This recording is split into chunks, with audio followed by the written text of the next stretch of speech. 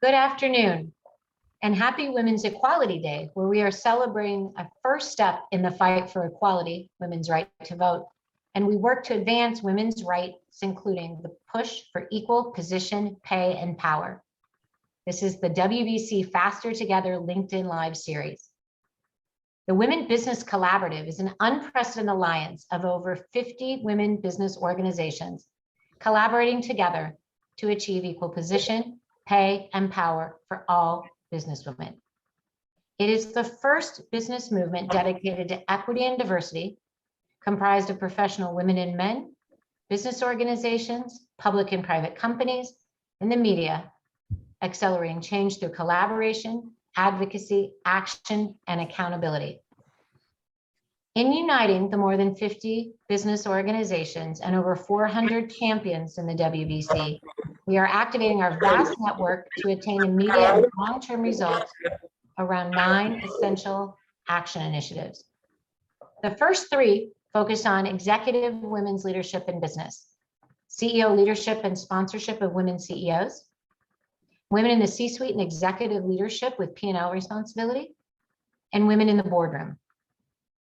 Our next 3 action initiatives focus on underrepresentation of women in business and include women entrepreneurs and access to capital, women in capital and finance, and women in technology. And our final 3 are critical to equity for women in business: diversity, equity, inclusion, gender and pay parity, and women in the pipeline. So what does this mean? Our work focuses on ensuring more women CEOs in the C-suite and on boards, a demand for gender pay and pay parity, increasing access to institutional capital and capital for women entrepreneurs, driving more women as controllers of capital allocation, parity for women in underrepresented sectors, and pipeline development to drive promotions and create the pathways to the C-suite. Interwoven across every initiative is our call for inclusivity, diversity, and equality for all women, including women of color, the LGBTQIA community, and other disenfranchised women. Our collaboration and network is spearheaded by our board, partners, advisory and leadership councils, and we reach millions of business leaders across the United States and globe. WBC is committed to diversity. Our councils and board of directors include more than 30% people of color. This power of combining the collaborative approach with our women's business movement that's creating momentum and accelerating the pace of change for businesswomen. And this is what we want to do. We want to tell you more about what we're doing and where we are going. So as a first intro, I want to invite you to join us and come and register for our 3rd annual summit, which will take place in September, entitled Empowering Through Gender Equity and Diversity. The summit will recognize 2 key groups, 8 CEOs of some of the largest in the Fortune and Russell indexes who are leading the change to advance diversity: BlackRock, State Street, Dow, Progressive, Walmart, Siemens, Procter & Gamble, General Motors, and also 6 trailblazers whose leadership and innovation have created new pathways to change for their communities and beyond. The Secretary of Commerce, Gina Raimondo, the Sandra Brown Duckett, the CEO of TIAA, Magic Johnson, the CEO of Magic Johnson Enterprise, Indra Nooy, former CEO of PepsiCo, Lily Ledbetter, activist and author, and Joey Ryman, founder of CEO of Brown New World Studios. In addition, you will hear from key WC partners and champions and sponsors across industries and sectors on how to best create equal position, pay, and power for all businesswomen. Today, we are speaking with some of those leaders and champions, 2 of them. Suba Berry. Suba Berry was most recently the CEO of Ceramount and is now president of Ceramount at EAB. And Dara Klein, who's the managing director of Kaplan Partners. Suba, Dara, welcome, and we're happy to have you join us today. It's a pleasure, Gwen. Thank you. So Suba, why don't we start with you? I want to ask each of you, why are you a part of the WBC? Well, I'm going to start with, if you had the opportunity to collaborate with a group of like-minded women leaders and their organizations whose mission and focus was to elevate the stature and the representation and the impact of women in the workforce, would you not jump on that? So, WBC enables us not just to collaborate with, but also learn from these partner members. giving true meaning to that phrase, a rising tide will carry all boats up. We are certainly more powerful together than we are as individual entities. And I think it has never been clearer. When I actually had my good friend Edie Frazier came to me with this idea, I was delighted to join, not just as a woman leader, but actually also representing my organization. At that time, it was Working Mother Media, which for over 40 years had championed the advancement of women in the workplace. Then we became Seramount, the leading strategic business services firm dedicated to advancing diversity, equity, and inclusion. And, essentially, when you think about it, what we do is we create inclusive workplace cultures where women, parents, and caregivers, and all underrepresented groups can thrive. And when last week it was announced that we were acquired by EAB, whose mission is to make education smarter and community stronger, essentially taking this from kindergarten to career in terms of nurturing talent, I think that what we have to be able to bring to a WBC and what we can take away from WBC is going to make us so powerful in collaborating. I love that collaboration acceleration. Dara.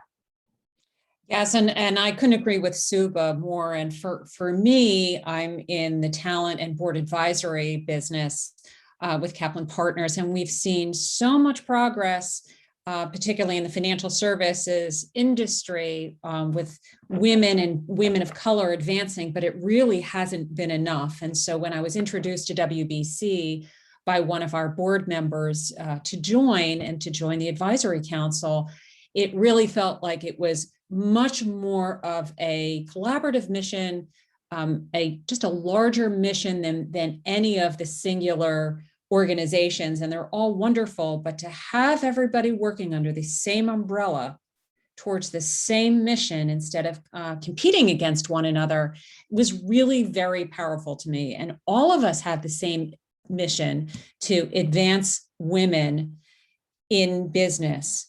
And I wanted to be a part of that. And also, as Suba said, collaborating with some of the most interesting, not just senior, but the most fascinating women and men in this country has been really inspiring for me.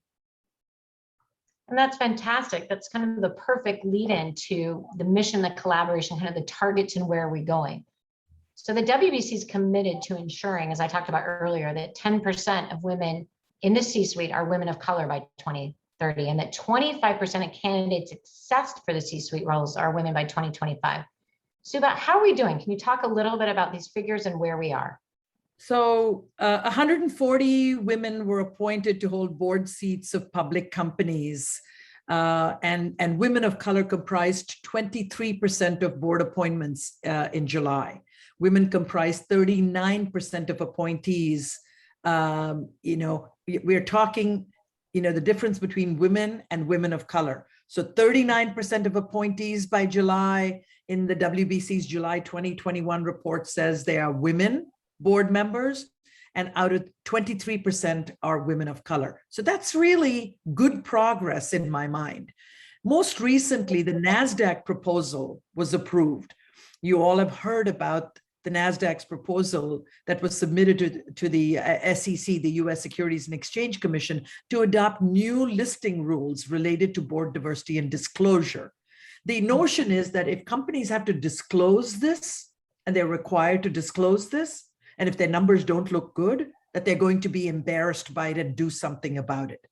Essentially, the new listing rules would require all companies listed on NASDAQ to publicly disclose consistent, transparent diversity statistics relating to their board of directors that had been approved. Additionally, the rule requires that most NASDAQ-listed companies have or explain why they do not have at least 2 diverse directors, including one who self-identifies as female and one who self-identifies either as an underrepresented minority group or as LGBTQ. But I'm going to say to you, for all this optimism and positivity, the progress has been very slow, especially for women of color. Our most recent top companies for executive women's list, which showcases organizations that are great for women in key leadership roles, it shows that the winners, this is the best companies, 34% of C-suite roles were women versus 24% for non-winners.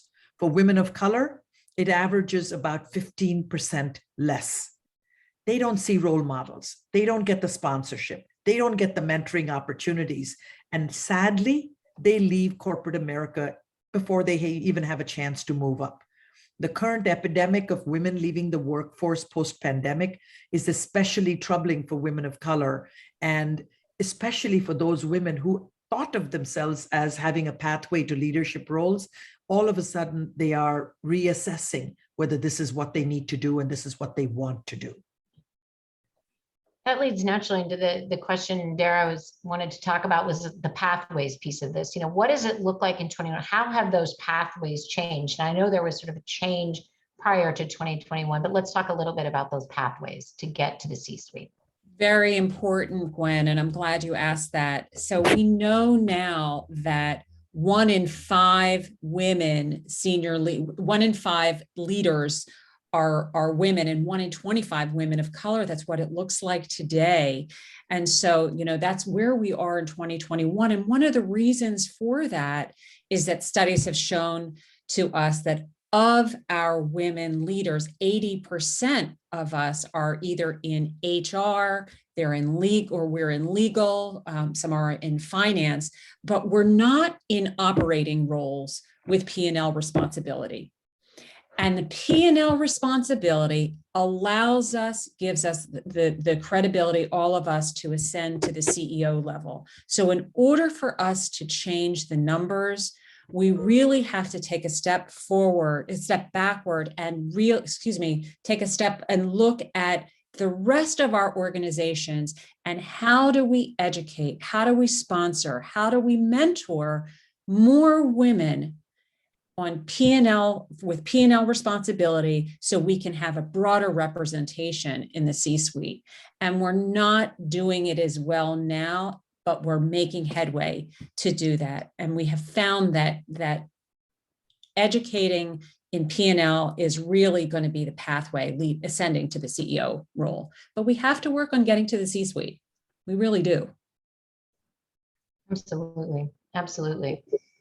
Suba, you talked a little bit about this, the pathways, and you talked about sort of DE&I, and we hear in 2020 one a big sort of call to action for diversity, equity, inclusion, and belonging across businesses, across organizations, across communities.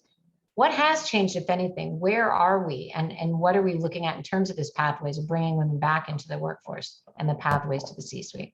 See, one of the things that I really I applaud WBC for is because WBC early on picked up that critical link between P&L leadership experience and a spot in the C-suite and ultimately the CEO's role. And so the targets relating to women with P&L responsibility is really important. And I am grateful for that, because it is not just us beating the drum on this. We had, in 2019, we did a study called Gender Gap at the Top, explored the reason as to why there aren't enough women in this sort of P&L pathway. And the results were stunning. Women don't know what the career paths were that they need to have to get to the top. They don't understand the importance of relationships with mentors and sponsors. And they are not encouraged to take revenue generating roles early career. So that let me lay that as a backdrop as we talk about, what those pathways are. Multicultural women, we note from our research, start out ambitious. They are 25% more likely to aspire to senior leadership roles as compared to white women. This affirms our prior research on the subject, actually shows that Black women in particular are the most ambitious. And multicultural women with P&L experience are 128% more likely than those without it to want to move into senior roles. So if you have sort of sales leadership roles and other kinds of P&L type roles early career, they want to get into more senior roles doing the same thing. Yet those early aspirations fall by the wayside, and that I blame corporate America for.